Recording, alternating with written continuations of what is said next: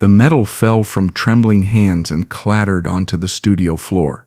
Ellen DeGeneres, who had spent decades bringing joy to millions, watched in stunned silence as two men who had once shared a foxhole in the jungles of Vietnam collapsed into each other's arms after 50 years of separation.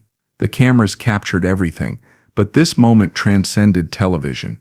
This was about honor delayed, brotherhood restored, and the kind of love that survives decades of silence. But to understand how a homeless veteran and a retired colonel found each other in the most unlikely place, we need to go back to the beginning of a story that almost never made it to television. Michael Rodriguez, 72, had been living on the streets of Los Angeles for 3 years when Ellen's producers found him. Not in the way you might expect. They weren't looking for him specifically. They were filming a segment about local heroes when they discovered that the man sleeping in Pershing Square, the one other homeless individuals called Sarge, had a story that demanded to be heard. Michael had been surviving on $800 a month in disability payments and whatever kindness strangers could spare. His small tent was positioned strategically near a bus stop where he could help elderly passengers with their bags, never asking for anything in return. Local business owners had grown to respect him because, despite his circumstances, Michael maintained a dignity that spoke to something deeper. What they learned about Michael Rodriguez changed everything. In Vietnam, he had been a 22-year-old sergeant leading a squad through some of the war's most dangerous territory. On March 15, 1971, during an ambush near Da Nang, Michael had single-handedly held off enemy forces while evacuating 12 wounded soldiers, including his commanding officer. He had been recommended for the Medal of Honor, but bureaucratic confusion, lost paperwork, and the chaos of a war winding down meant the medal never came. When Michael returned home, America was a different place. Veterans weren't welcomed as heroes. They were reminders of an unpopular conflict. Michael struggled with what would later be recognized as severe PTSD, but in 1972 that diagnosis didn't exist. He was just a young man who couldn't sleep, who jumped at loud noises, who carried memories too heavy for civilian life. Over the decades, Michael had married, raised children, worked construction until his back gave out. His wife died of cancer 10 years ago. His adult children, burdened by their own struggles, had gradually lost touch. When he could no longer afford rent on his fixed income, the streets became his home, but Michael never lost his sense of duty. Even homeless, he continued to serve others in whatever way he could. Ellen's team learned about Michael through a local news story about his daily routine of helping elderly bus passengers. The story mentioned almost in passing his Vietnam service. When Ellen's producers dug deeper, they discovered not just a homeless veteran, but a genuine American hero whose sacrifice had never been properly acknowledged. The invitation to appear on Ellen's show came as a complete shock to Michael. He almost didn't believe it was real. Why would a television star want to talk to someone like him? But Ellen's team persisted, explaining that his story of continuing service, despite personal hardship, embodied everything they wanted to celebrate during their Acts of Kindness week. The night before his appearance, Michael had slept in a hotel for the first time in 3 years. Ellen's team had not only arranged accommodations, but had brought him new clothes, helped him get a haircut, and treated him with the respect due a decorated veteran. Still, Michael was nervous. He wasn't sure why his story mattered to anyone. In the Ellen DeGeneres show studio that Thursday morning, the energy was typically electric. Ellen moved through her opening monologue with characteristic warmth, the audience responding to every gesture. Michael sat backstage, overwhelmed by the luxury of the green room, still not quite believing he belonged there. Our next guest, Ellen announced to the studio audience, is someone who proves that heroism isn't just about grand gestures. Sometimes it's about small acts of kindness performed every single day. Please welcome Michael Rodriguez. Michael walked onto the stage slowly, still adjusting to the bright lights and thunderous applause. Ellen greeted him with her signature hug, and immediately he felt some of his nervousness fade. There was something genuinely caring in her manner that reminded him of the medics he had known in Vietnam. Michael, Ellen said as they settled into their chairs, I want to talk to you about kindness, but first I want to thank you for your service in Vietnam. The audience applauded again, and Michael shifted uncomfortably. He had never been comfortable with thanks for doing what he considered his duty. Tell me about your daily routine at the bus stop. Ellen continued. What makes you want to help people when you're facing your own challenges? Michael's voice was quiet but steady. Ma'am, I learned a long time ago that everybody's fighting some kind of battle. Some folks just need somebody to see them, to let them know they matter. These elderly folks at the bus stop, they remind me of my mom. She died while I was overseas, and I wasn't there to help her with her groceries or make sure she got places safely.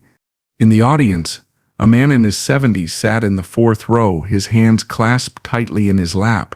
Colonel Frank Morrison, retired, had been Michael's commanding officer in Vietnam. He had spent 50 years thinking about the young sergeant who had saved his life and 11 others during that terrible firefight.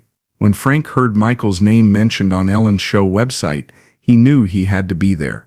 Frank had never stopped trying to track down the men from his unit, especially Michael.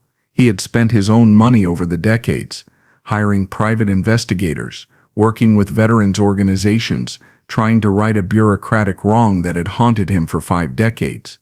Michael Rodriguez deserved recognition, and Frank had never given up hope of finding him.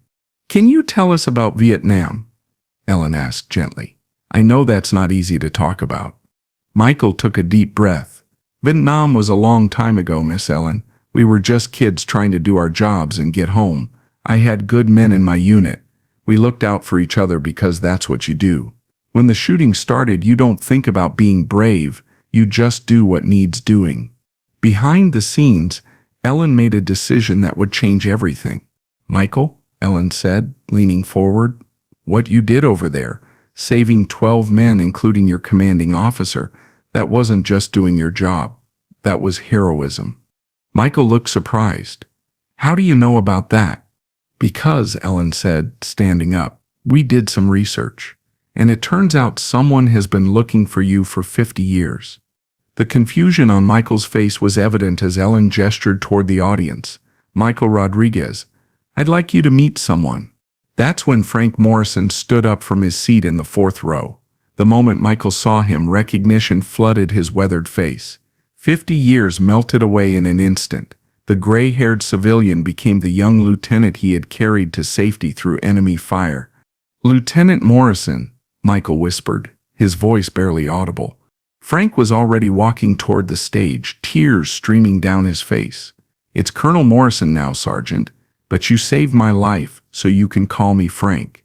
The studio erupted in applause, but Michael was already rising from his chair. These two men, now in their 70s, met in the center of Ellen's stage and embraced like the brothers in arms they had always been. I've been looking for you for 50 years, Frank said, his voice thick with emotion. 50 years, Michael. You saved my life, and I never got to thank you properly. You don't need to thank me, Michael replied. We were soldiers. That's what soldiers do. No, Frank said, pulling back to look at Michael. What you did was extraordinary, and it's time the world knew it. Frank reached into his jacket and pulled out an official envelope sealed with military stamps. Michael Rodriguez, by order of the President of the United States, and with the recommendation of your commanding officer, you are hereby awarded the Medal of Honor for conspicuous gallantry above and beyond the call of duty. The medal that should have been presented 50 years ago finally found its way to its rightful owner. But as Frank attempted to place it around Michael's neck, the weight of 5 decades of separation, of honor delayed, of brotherhood never forgotten, overwhelmed them both. The medal slipped from Frank's trembling hands and fell to the studio floor. Ellen, tears streaming down her face, picked up the medal and helped Frank place it properly around Michael's neck. The studio audience rose as one, applauding not just for the television moment, but for the recognition of a debt finally paid. You know what this means? Ellen asked Michael, who stood there still stunned by the turn of events. Michael shook his head, overwhelmed. It means you're not homeless anymore, Ellen announced, because Medal of Honor recipients receive full military benefits including housing, And more than that, it means your country finally gets to say thank you properly. The impact of that moment extended far beyond the studio walls. The episode aired 2 weeks later and became one of the most watched in Ellen's history. But more importantly, it sparked a national conversation about homeless veterans and the bureaucratic failures that had left heroes like Michael forgotten. Within a month, Michael was living in a comfortable apartment provided through VA benefits he had never known he qualified for. Frank Morrison became a regular visitor, and their renewed friendship became a source of healing for both men. They began speaking together at veterans' events, sharing their story as a reminder that no service should go unrecognized, no hero forgotten. Ellen's show established a foundation in Michael's name to help locate and assist homeless veterans across the country. The program has since helped thousands of veterans access benefits and services they had earned but never received. Michael Rodriguez carried his Medal of Honor with quiet dignity for the rest of his days, but he always said the real medal was the friendship he rediscovered with Frank Morrison, and the reminder that 50 years couldn't erase the bonds forged in service to others. And Ellen DeGeneres learned that sometimes the most powerful moments on television happen when you simply provide a stage for honor to finally find its way home.